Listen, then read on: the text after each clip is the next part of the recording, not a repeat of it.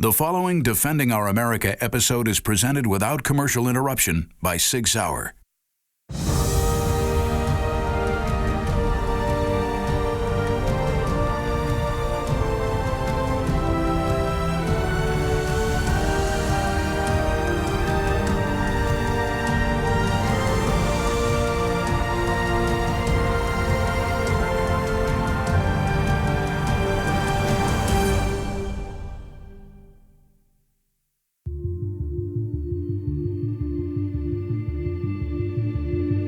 When I first got on the job, this corner right here and the corner we just passed were two rival drug families.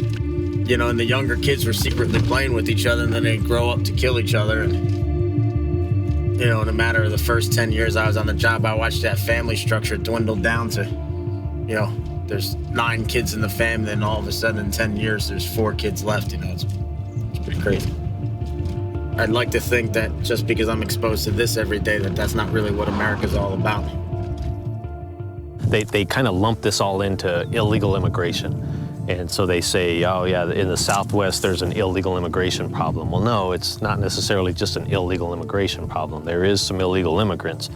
But here we have a drug smuggling problem. We have an extortion problem. We have a robbery problem. We have child exploitation problem. We have rapes. We have homicides. Those are the problems that we're dealing with that are the true acts of evil going on out here associated with the Mexican cartels and them pushing their poison into the U.S.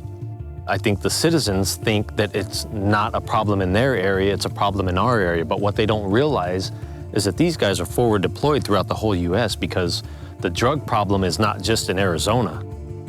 You throw a frog in a pot of boiling water, he jumps out. You put him in a pot of lukewarm water, he'll stay there. And then you turn the fire on, and he'll never jump out, he'll die in there. It will get hot slow enough that he doesn't really feel the difference and doesn't realize the urgency to get out. We are reliving Rome. I mean, just think about that. That's a key thing is when you look at how Rome fell. Right. Absolutely the center of the world, strongest, dominant, most dominant country in the world. But corruption of their morals, corruption of their politics. They imploded. Exactly. There was nobody who could take down Rome but Rome. Right. Yep, they were the only ones that could. And it's really the same thing here. This is what's going to solve that. Us stepping up and stop having these conversations in private and start having them more public. And that's what I tell all my guys when they say, what can we do? I say, start telling people what's really going on. We need to tell people what's really going on. We don't have to live in where we lock ourselves up in our houses and we are afraid to venture out because, you know, there's bad people out there. You know, nobody wants that. But we need to be aware of it.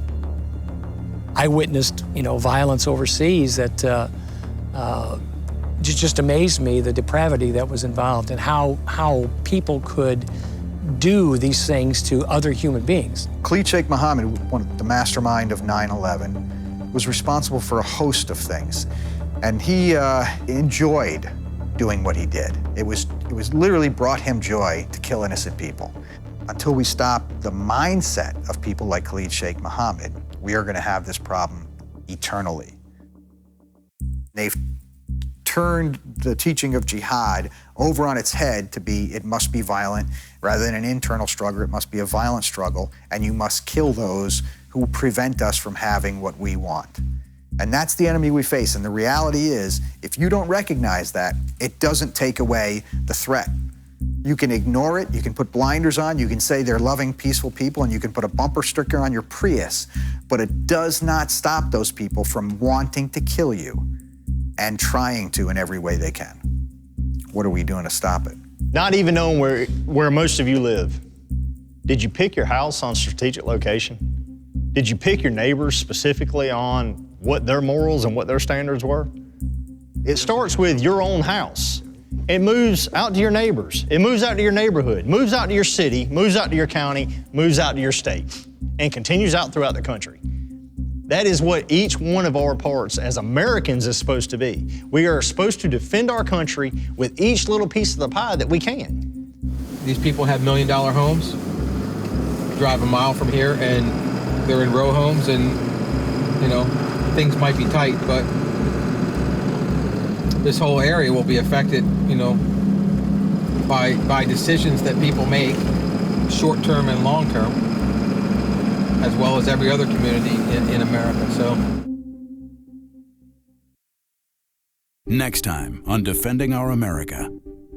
Why is it that we can harp on little things that are minute overseas with minor criminal infractions, a rogue military guy being stupid and acting out of turn, and that'll be harped on for a month.